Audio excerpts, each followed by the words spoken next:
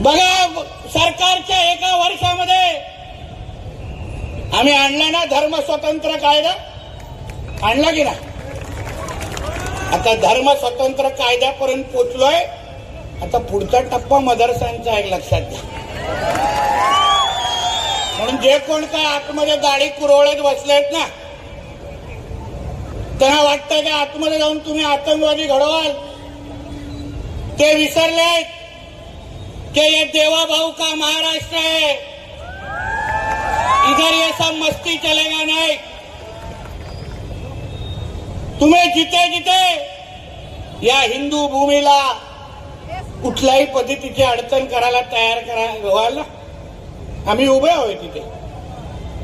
आम्ही उभे आहोत. तुम्ही वेळ आणि तारीख सांगायचे, आम्ही तिथे उभं राहायला तयार.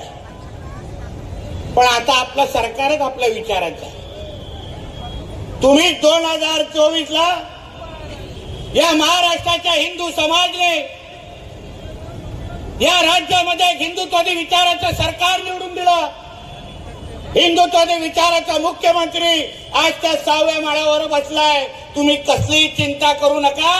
यांनी 100 जन्म घेतले तरी काही हिरवा करू शकणार नाही. काही हिरवा करू शकणार नाही. आम्हाला